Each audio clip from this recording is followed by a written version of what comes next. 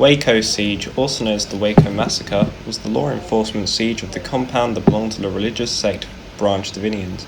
It was carried out by the U.S. federal government, Texas state law enforcement, and the U.S. military between February 28th and April 19th, 1993. The Branch Davidians were led by David Koresh and were headquartered at Mount Carmel Center Ranch in the community of Axtell, Texas, 13 miles northeast of Waco. Suspecting the group of stockpiling illegal weapons, the Bureau of Alcohol, Tobacco and Firearms, the ATF, obtained a search warrant for the compound and arrest warrants for Koresh as well as a select few other members of the group. The incident began when the ATF attempted to serve a search and rescue warrant on the ranch. An intense gunfight erupted, resulting in the deaths of 4 government agents and 6 Branch Davidians. Upon the ATF's entering of the property and failure to execute a search warrant, a siege lasting 51 days was initiated by the Federal Bureau of Investigation, the FBI. Eventually, the FBI launched an assault and initiated a tear gas attack in an attempt to force the Branch Davidians out of the ranch. Shortly thereafter, the Mount Carmel Center became engulfed in flames. The fire resulted in the deaths of 76 Branch Davidians, including 25 children, 2 pregnant women, and David Koresh. The events of the siege and attack, particularly the origin of the fire, are disputed by various sources. Department of Justice reports from October 1993 and July 2000 conclude that although incendiary tear gas canisters were used by the FBI, the Branch Davidians had started the fire. Based on listening devices overhearing their discussion and evidence that showed at least 3 simultaneous ignition points, the FBI contends that none of their agents fired any live rounds on the day of the fire. Critics contend that live rounds were fired by law enforcement and just their combination of gunshots and flammable tear gas and live rounds was the true cause of the fire.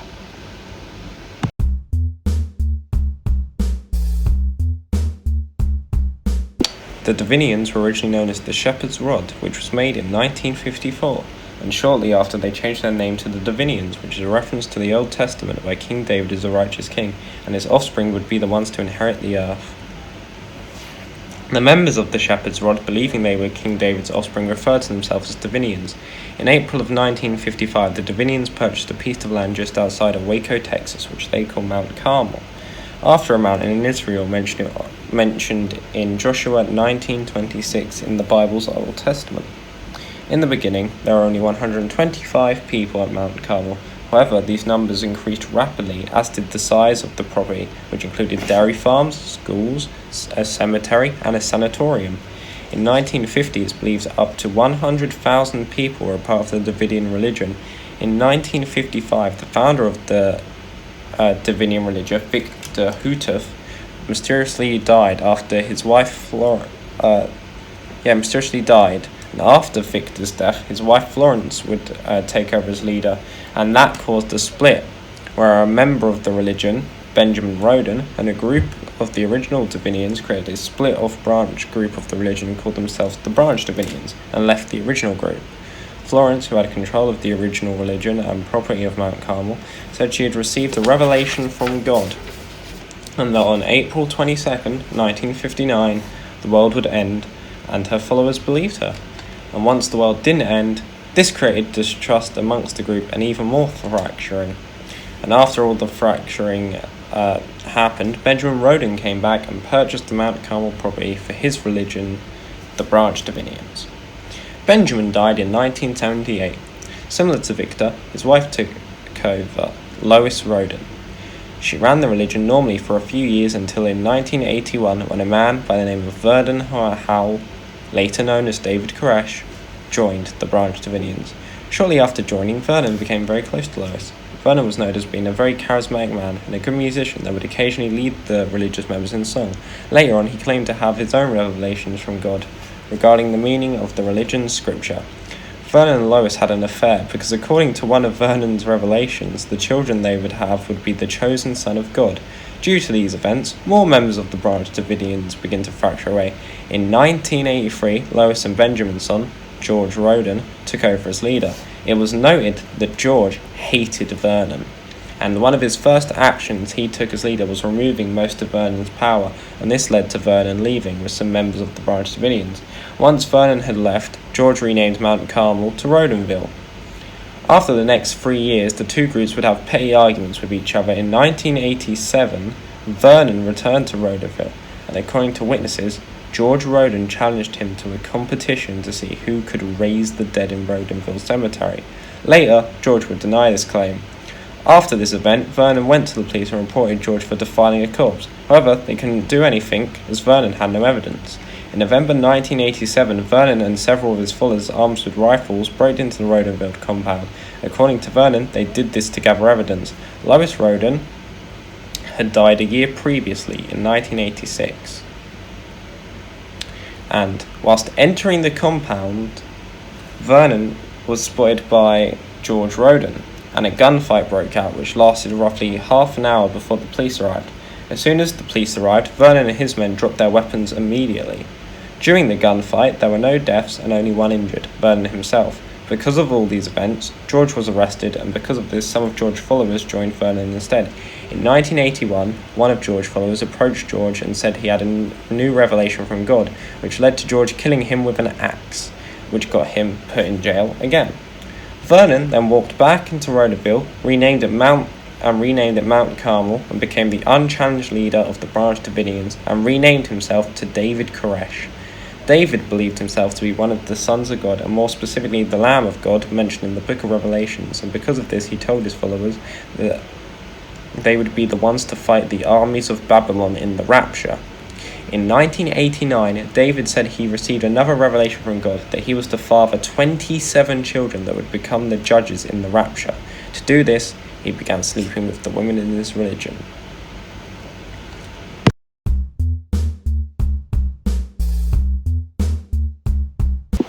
Members who had left the religion began telling the police and media sources that there was severe child abuse happening in Mount Carmel. Some of the rumors evolved and said that members of the Branch Davidians were abusing children as young as 8 years old, which began the media presenting the members of the Branch Davidians as doomsday cultists that trapped and abused children in the Mount Carmel compound. In 1992, Child Protection Services, the CPS, did an investigation into the Branch Davidians to see if any children were being abused. At the same time, news crews from Australia came to interview David to figure out more about the Branch Davidians. Child Protection Services ruled there was no accounts of child abuse and dropped the case. However, this did nothing to sway the public's view of the religion back into their good books. Inside of the Branch Davidians compound, there was a business known as the Mag Bag, which was run by one of the members, Paul Thayer, one of the Branch Davidians who had a registered FFI license, which allowed them to make and sell firearms, which was used to generate profit for the Branch Davidians, and everything they did was approved by the government and 100% completely legal. In February 1992, this came into question when a UPS worker was delivering a package to the Mag Bag, when according to the UPS worker, a box fell over and he saw several training grenades as well as gunpowder and other gun parts. The UPS worker then reported this to the police, which then reported it to the Bureau of Alcohol, Tobacco, Firearms and Explosives, the ATF.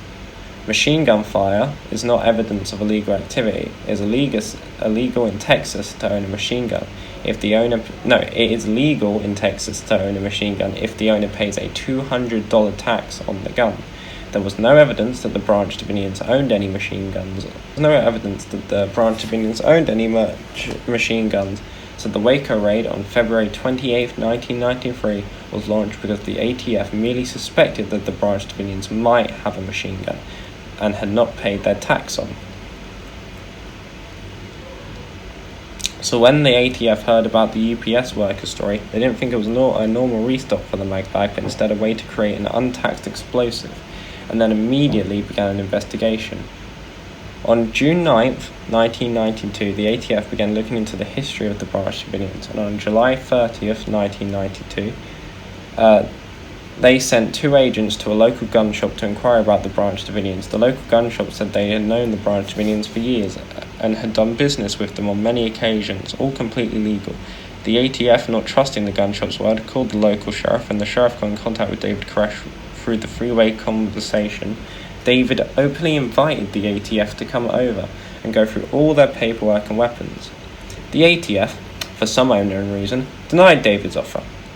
Shortly after this, the ATF began renting a house across the road from Mount Carmel under the facade that they were a group of college students that were just renovating the house for the semester, which they did not do a good job of disguising themselves at all, and were almost immediately found out.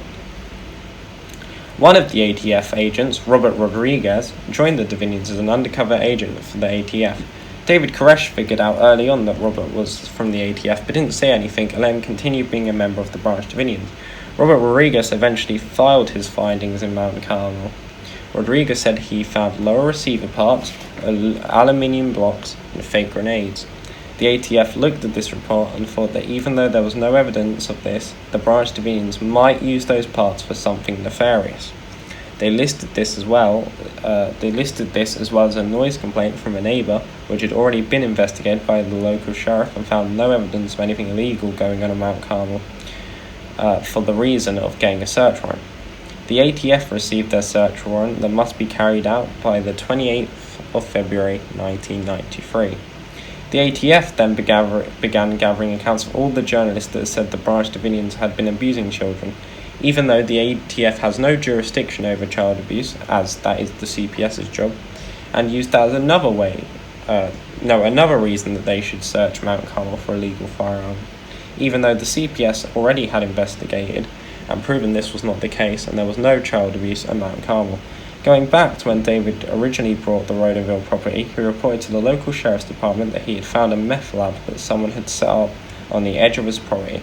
So the sheriff's department came, picked up the meth lab, and there was no issue whatsoever. However, the ATF cited this as proof they might be making meth, which again is not under their jurisdiction, as that is the DEA's job.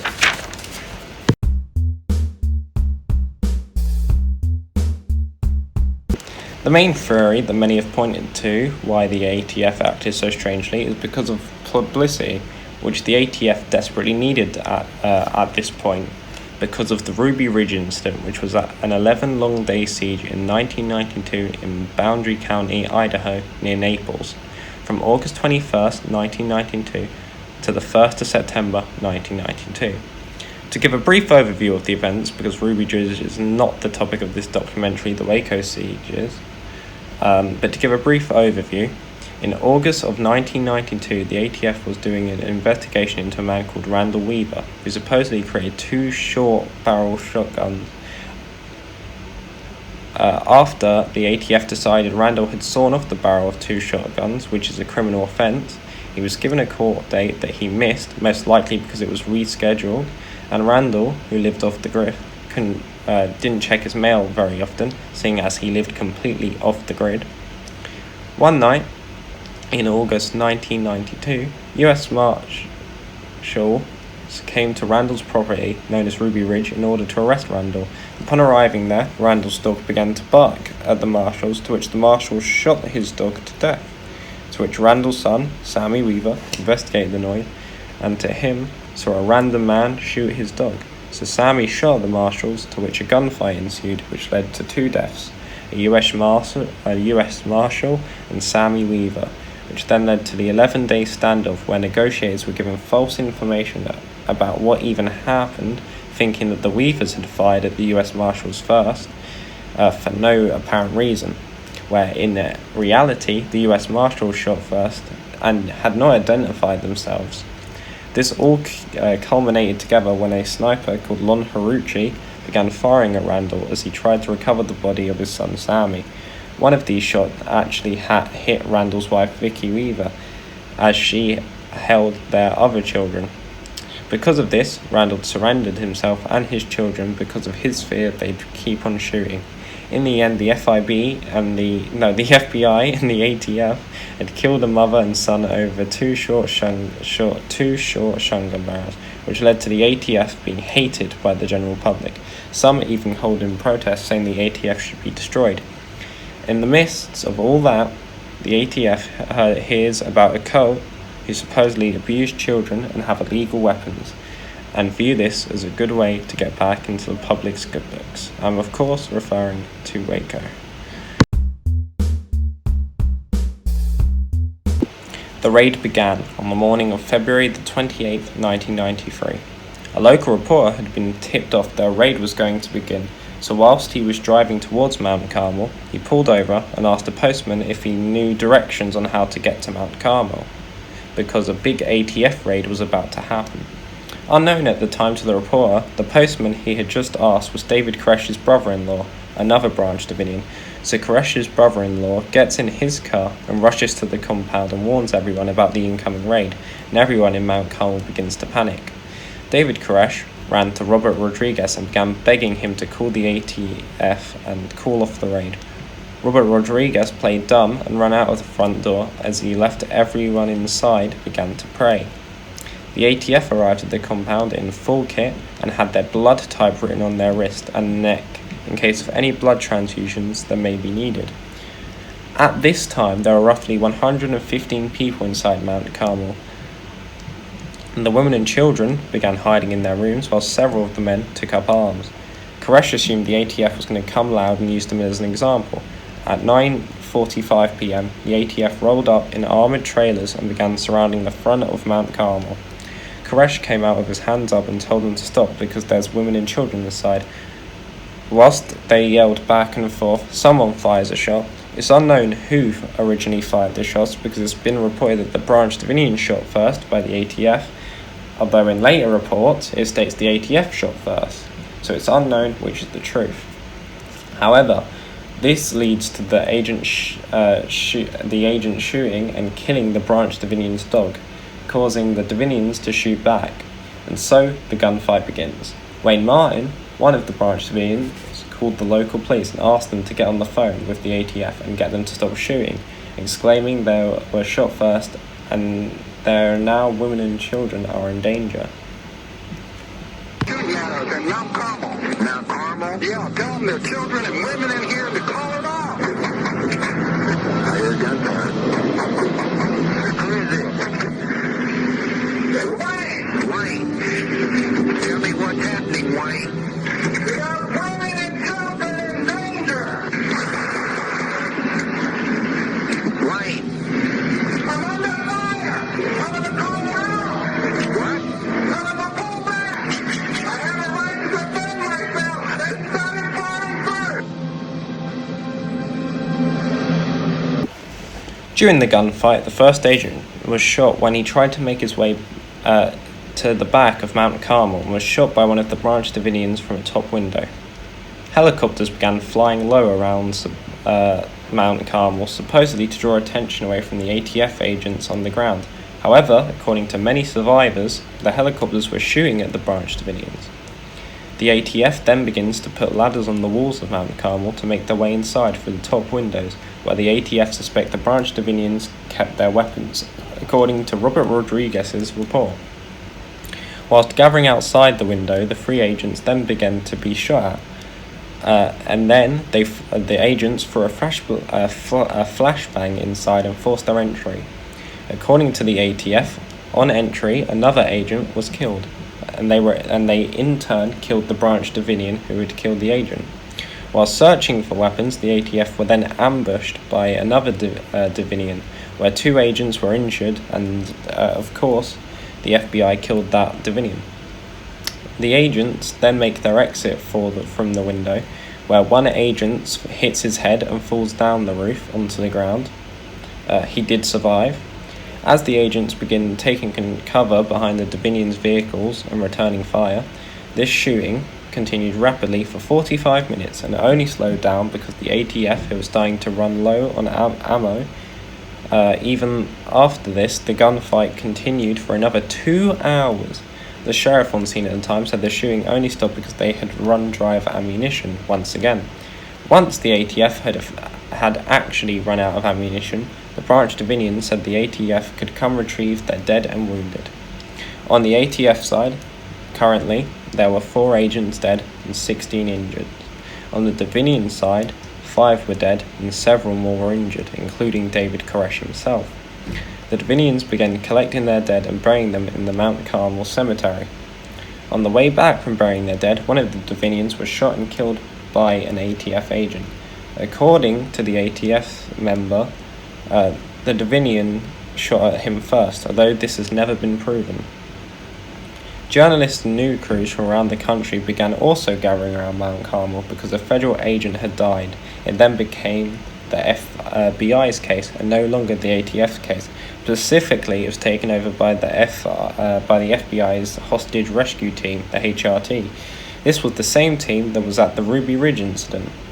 David Koresh began taking interviews and explaining to journalists what had happened, again explaining the ATF had shot first. In response to this, the FBI cut the phone line so David couldn't speak to anyone the FBI didn't want him to speak to, and they ran a line directly from the negotiators to David, so that the only people he could speak to were the negotiators. However, what David managed to say before this had set the media ablaze. Over the following days, David Koresh spoke to the FBI negotiators for hours, talking about all sorts of things such as his life, the negotiator's life. They were just having general friendly conversation.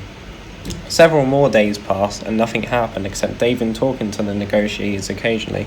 The Branch Davidians were fine because they had food and water supplied to take on the armies of Babylon. Eventually, David Koresh said he had a message for the American people, and if they played it on the news, he would willingly surrender. The FBI kept up their end of the deal and played the message on the news. However, David did not surrender yet because he said God had sent him a message saying it was not his time to surrender yet. After this, the negotiator asked if David would let the children go, and David said he would let anyone go who didn't want to be there. The people that left were several mothers and 19 children. There were still children inside of the Mount Carmel compound at this time. After these people left, about 98 people were left inside Mount Carmel. The mothers were immediately separated from their children and arrested, and the children were taken to be interviewed about child abuse. However, it was once again proven that there was never any child abuse at Mount Carmel. On the 9th day of the siege, the FBI sent in a video camera to the Branch Davidians, and the Branch Davidians began recording videos about their side of the story. Here is one of David's recordings. We're going to Walmart. Waco is going to bear witness against the ATF.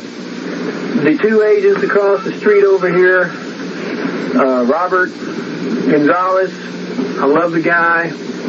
I was honest with him. I brought him into my home. He was going to stay here for 2 weeks. All this stuff you guys may want to avoid and deny. You know, he wanted to tour around the place. I promised him a tour. He could have talked to any of these guys around here, anybody. He was free to come and go as he chose.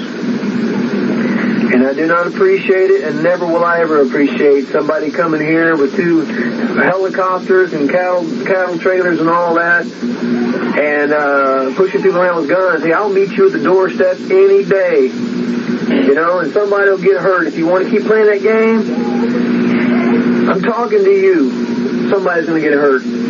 Because this ain't America anymore when the ATF has that kind of power to come into anybody's home and kick doors down and things like that. Now, I do understand, someone reminded me of this, I do understand that one of the officers says his gun went off on accident. And that, that was just like a signal and all that, But look, beside the point, ATF, you boys are wrong. Your practices, your habits, yeah. Drug dealers, fine. But even there's always a question, if there's any question whatsoever, that kids or women are involved, damn you, I tell you what, you keep your damn gun in your holster. You send a couple of big, brave, invincible kind of men, you let them knock on the door. If they're so damn involved to where they can risk their lives for the name of the law, then send them up bulletproof, put them in some kind of night armor or whatever, and let them knock on the door and ask the questions first. But no one's going to expect me, when they come busting in on my door with guns drawn and pointed in the air, and someone fires me, that I'm going to lay down and die for anybody. That just ain't going to happen in this country. You see this here? See, this is my family. It may not be like your family. It may not be like your family. This one here, he's my family too, right, Joseph? Yeah. Tell him, look in that camera and tell him what you think about it. Who's treated you good? David. You know? Do you mind that, son? Huh? Do you love Joseph? Your best buddies? Yeah. You too, Damon? So, you guys, you do it your way, I do it my way. You got to argue with me, you catch me on the side of the road somewhere, you come and argue with me. You come point guns in the direction of my wives and my kids, damn it, I'll meet you at the door any time. And I'm sorry some of you guys got shot. But, hey. The FBI chose not to release this video as they feared it would give the Branch Davidians public support. A week and a half in, and still no progress, infighting began in the FBI. The negotiators said they were talking to David and other members of the Branch Davidians and that they needed more time to negotiate, and the hostage rescue team thought it was taking way too long and they needed to speed up. So the HRT began using psychological warfare tactics against the Branch Davidians, such as taking their tanks and using them to crush the Davidians' vehicles parked outside. Through the nights, they would shine spotlights through the building and play disturbing noises on loudspeaker, including the sounds of rabbits being murdered and whale and dolphin noises. Here is some brief footage of this.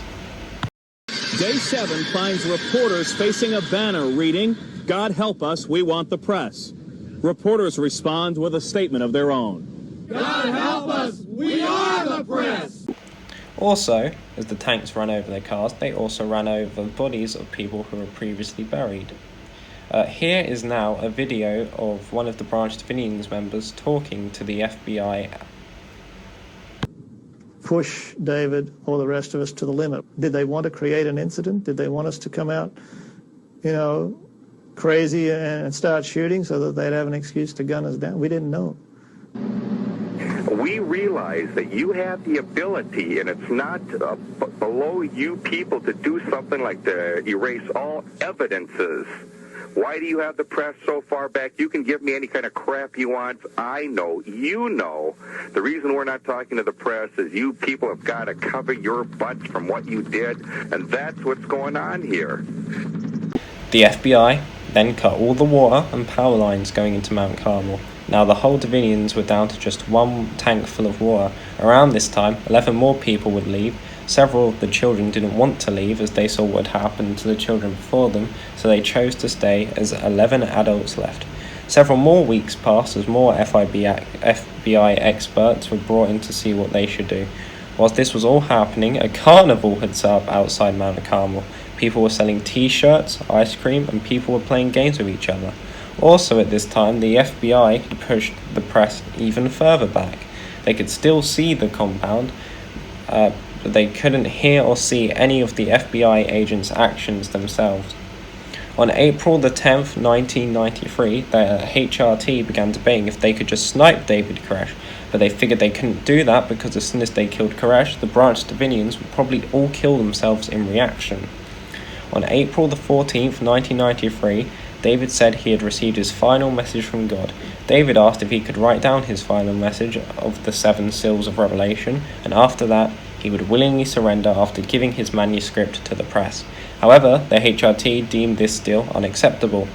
On April 19th, 1993, several armoured vehicles began circling the compound and creating holes in the building. On this day, the FBI called at David and said this was his last chance. 51 days had passed since the beginning of the siege at this point. Tanks then began pumping CS gas, a type of tear gas, into Mount Carmel. When this happened, the women and children made their way to a bunker located to one side of the building. Several Branch Davidian members put on gas masks and started shooting at the tanks that had entered Mount Carmel, as other members began waving white flags out of upstairs windows and hanging a banner that said, "We want our phone fixed." The FBI then announced if you want to surrender, simply step outside. At this time, the bunker the women and children were held in had its entrance and underground tunnels connected it destroyed by the FBI tanks, and around noon, the building caught on fire and engulfed most, if not all, the structure very rapidly. The Branch Davidian members began trying to escape through windows. A total of 9 people made it out as the building was on fire, and these were the final surviving members of the Branch Davidians that escaped. Fire trucks that arrived at the scene were stopped by the FBI because supposedly they didn't want the firemen to accidentally be shot at. The building burned completely to the ground, and the bodies that were found were completely unrecognizable. Within the bunker, it seemed that the women and children died of a combination of poisoning and suffocation, because when CS gas burns, it creates a almost cyanide gas. One of the survivors that made it out of the burning building had the first part of the manuscript David Koresh had been writing on him, proving that David had kept his promise of April 14th.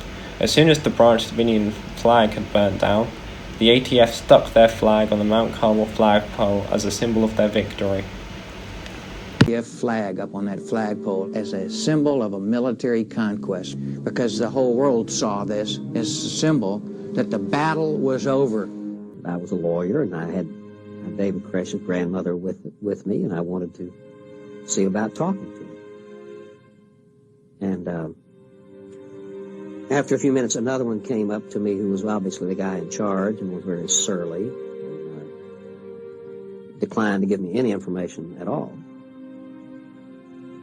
So I started to leave, and just as I left and turned my back and started walking toward my van, I heard a voice say, coming from one of those people, I don't know which one, but one of them said, "I hope she has told him goodbye."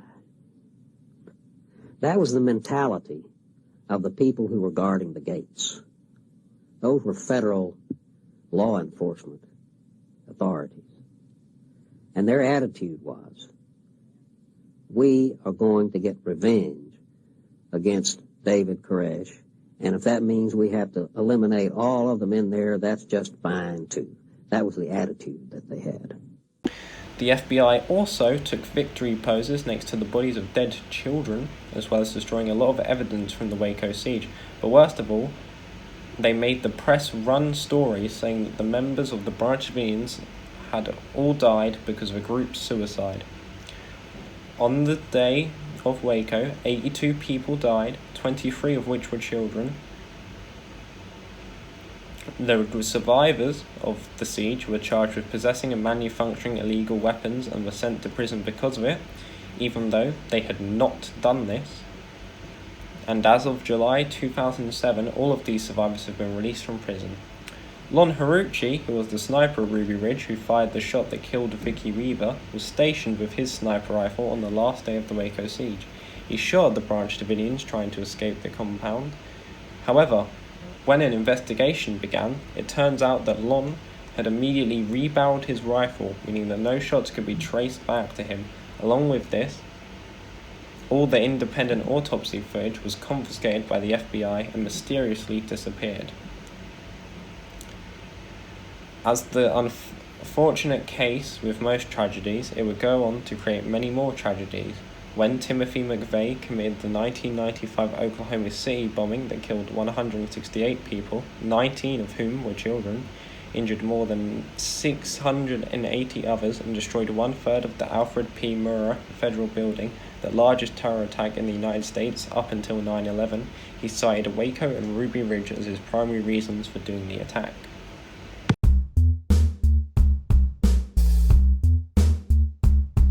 In conclusion, that was my documentary about the absolute tragedy that was Waco and the FBI's attempt at covering most of it up. I want to thank you all for watching. A special thanks to Emma for convincing me to do this, and Bill, Tom and Reg, my tutors, also for supporting me doing this, along with Chelsea and my boyfriend George for helping me just get through it with all the stress that this has caused. And once again, thank you all for watching.